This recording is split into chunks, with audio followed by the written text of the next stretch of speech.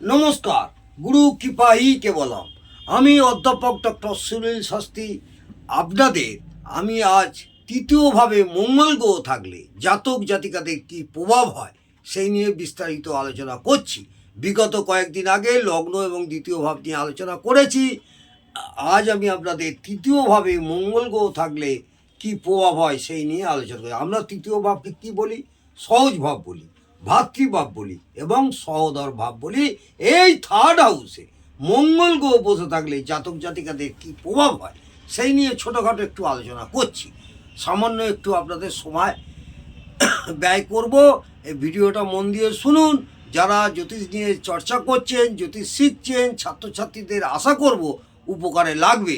কোনভাবে কোন গ্রহ বসে থাকলে কি হয় আমি পরপর প্রত্যেক দিনই কিছু না কিছু আলোচনা করছি। আজ আমি আপনাদের থার্ড হাউস অর্থাৎ এই তৃতীয়ভাবে মঙ্গল গ্রহ বসে থাকলে জাতক জাতিকাদের কী প্রভাব হয় সেই নিয়ে আলোচনা করছি। এই সব জাতক জাতিকাদের থার্ড হাউসে যদি মঙ্গল গ্রহ বসে থাকে থার্ড হাউসে অর্থাৎ তৃতীয়ভাবে, তাহলে প্রচুর সাহসী হয়। এই সব জাতক জাতিকারা প্রচুর সাহসী হয়, খুব পরাক্রমী হয়। যে কোনো কাজ এরা করুক না কেন পারদর্শীর সাথে উদ্ধার করে এবং করবেই। খুব তেজি হয়, খুব ভালো ব্যায়ামবীরও হয়। এইসব জাতক জাতিকারা খুব ভালো ব্যায়ামবীর হয়। এদের লড়াই করার ক্ষমতা অনেক বেশি থাকে এবং এগিয়ে যাওয়ারও ক্ষমতা থাকে। এইসব জাতক জাতিকাদের এগিয়ে যাওয়ারও ক্ষমতা খুব ভালো থাকে। কারণ তৃতীয় ভাব থেকে আমরা সাহস, উদ্যম ও উদ্যোগের বিচার করি। বা মঙ্গল লড়াই ও সাহসের কারক গ্রহ। মঙ্গল লড়াই এবং সাহসের কারক গ্রহ, এটা মাথায় রাখবেন। এই মঙ্গল শুভ অবস্থায় থাকলে জাতক জাতিকার দীর্ঘায়ু হয়। এই মঙ্গল যদি শুভ অবস্থায় থাকে জাতক জাতিকাদের দীর্ঘায়ু হয়। এই মঙ্গল আবার নিয়মিত শরীর চর্চা করার ফলে শরীর ভালো থাকে এবং সুস্থ থাকে। এইসব জাতক জাতিকারা সাধারণত একটু শরীর চর্চা করতেও ভালোবাসে, সেই জন্য এদের সারা জীবন সুস্থ থাকে এবং সুস্থভাবেও বেঁচে থাকে। এরা খুব প্রতিবাদী হয়। এইসব জাতক জাতিকারা খুব প্রতিবাদী হয়, খুব বুদ্ধিমানও হয়, খুব রেস পছন্দ করে, খুব গাড়ি পছন্দ করে। অন্যকে টপকে এগিয়ে যাওয়ার মানসিকতা থাকে। কারণ তৃতীয় ভাব থেকে রাস্তার বিচার করা হয়। মঙ্গল হলো এগিয়ে যাওয়ার মানসিকতা। এরা পরিশ্রমের দ্বারা ভালোভাবে অর্থ উপার্জন করে। এই সব জাতক জাতিকারা সাধারণত পরিশ্রমের দ্বারা প্রচুর অর্থ উপার্জন করে। আর্থিক জায়গা তুলনামূলকভাবে এইসব জাতক জাতিকাদের অনেক ভালো হয়। এদের আর্থিক উপার্জন সব সময় দেখবেন যেভাবেই হোক এরা আর্থিক উপার্জন করবে এবং আর্থিক উপার্জন কষ্ট করেও যেভাবে হোক লড়াই করেও এরা পরিশ্রম করবে এবং পরিশ্রমের দ্বারা ভালোভাবে অর্থ উপার্জনও করবে এবং অর্থ উপার্জন এরা করেও। তাই আর্থিক জায়গা তুলনামূলকভাবে এদের ভালো হয়। এরা খুব সুখী হয়। এইসব জাতক জাতিকারা খুব সুখী হয়।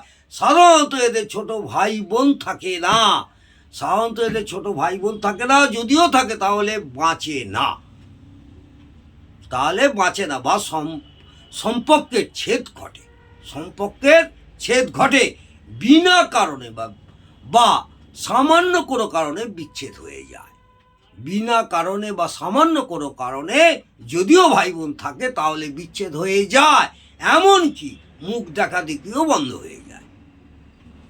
কারণ মঙ্গলের শক্তিশালী ও একগুঁয়ে স্বভাব থাকে। এই শক্তিশালী ও একগুঁয়ে সে একাই 100 বলে কোনো সঙ্গীর প্রয়োজন নেই। নিজেকে একাই 100 মনোভাব থাকে এই সব জাতক জাতিকাদের।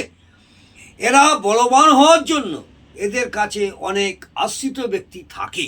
এই সব জাতক জাতিকারা বলবান হওয়ার জন্য এদের কাছে অনেক আশ্রিত ব্যক্তি থাকে, এটা মাথা রাখবেন। কারণ সে সব সেসব কিছুতে সুন্দরভাবে পরিচালনা করে বা রক্ষা করে রাখতে পারে। কারণ মঙ্গল ভাতৃকারক গ্রহ, মঙ্গল হচ্ছে ভাতৃকারক গ্রহ। কেউ হঠাৎ কোনো বিপদে পড়লে সবার আগে এগিয়ে গিয়ে সাহায্য করাটাই এদের অভ্যেস।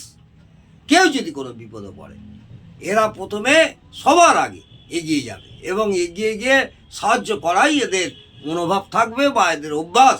এই মঙ্গল খুব পীড়িত হলে এরা রোগে ভোগে। এই মঙ্গল যদি খুব পীড়িত হয় এরা রোগে ভোগে, কারণ প্রতিরোধ ক্ষমতা কমে যায়। প্রতিরোধ ক্ষমতা কমে যায়। মনে রাখতে হবে, এই মঙ্গলের সাথে রাহু শনি যুক্ত হলে, মঙ্গলের সাথে রাহু শনি যুক্ত হলে এই রেস করতে গিয়ে ভয়ঙ্কর দুর্ঘটনা বা অ্যাক্সিডেন্ট ঘটে। এটা মাথায় রাখবেন। কারণ রাহু শনি ও মঙ্গল মিলিতভাবে ভয়ঙ্কর যে কোনো কিছু ঘটাতে পারে। রাহু শনি এবং মঙ্গল মিলিতভাবে ভয়ঙ্কর যে কোনো ঘটনা ঘটাতে পারে। কারণ তিনটি গ্রহই হচ্ছে আমাদের পাপ গ্রহ। এই মঙ্গল বুধ ও শনির দ্বারা পীড়িত হলে, এই মঙ্গল যদি বুধ ও শনির দ্বারা পীড়িত হয়, ভুলে যাওয়ার প্রবণতা থাকে, সব কিছু ভুলে যাবে। তবে মধ্য বয়সের পর বেশি ভুলে যাওয়ার সমস্যা বাড়ে। মধ্য বয়সের পর এদের বেশি ভুলে যাওয়ার সমস্যা বাড়ে। কারণ বুধ হলো স্মৃতিশক্তি এবং নার্ভের কারক গ্রহ। বুধ হলো স্মৃতিশক্তি এবং নার্ভের কারক গ্রহ। শনি হলো নার্ভ সিস্টেম, শনি হলো নার্ভ সিস্টেম। আর তৃতীয় ভাব হলো যোগাযোগ বা বুদ্ধিকে প্রয়োগ এবং রক্ত সঞ্চালনের মাধ্যমে নার্ভ সিস্টেমকে সতেজ রাখে মঙ্গল। কারণ শরীরে রক্ত সঞ্চালন না হলে, শরীরে রক্ত সঞ্চালন না হলে নার্ভ সিস্টেম ভালো থাকে না। ও এই রক্তের কারক গ্রহই হলো মঙ্গল। এই রক্তের কারক গ্রহ হলো মঙ্গল। এই মঙ্গল যদি পাপদৃষ্ট, পাপ পীড়িত, পাপ মধ্যগত, শত্রু গৃহগত, দুস্থানগত বা দুস্থানপতি হয়, বাদক স্থানে থাকে বা বাদকপতি হয়, নিচস্থ বা নাশস্থ হয়, অশুভ অ্যাসপেক্টে থাকে, ষোড়শ বর্গে বল কম পায়, তখন সমস্ত শুভত্বের পার্সেন্টেজ কমবে। আবার কিছু কিছু ক্ষেত্রে খুব অশুভ হলেও উল্টো ফল দিতে পারে। অর্থাৎ উপরিউক্ত ফলগুলি কতটা কার্যকর হবে সেটা মঙ্গলের শুভত্ব ও অশুভত্বের উপরে নির্ভর করছে। আজ আমি মঙ্গল গ্রহে জাতক জাতিকারা থার্ড হাউসে মঙ্গল গ্রহ থাকলে কী প্রভাব হয় সেই নিয়ে বিস্তারিত আলোচনা করলাম। যারা জ্যোতিষ নিয়ে পড়াশোনা করছেন বা জ্যোতিষ চর্চা করছেন বা জ্যোতিষ প্র্যাকটিস করছেন, আপনারা হয়তো অনেকে জানেন।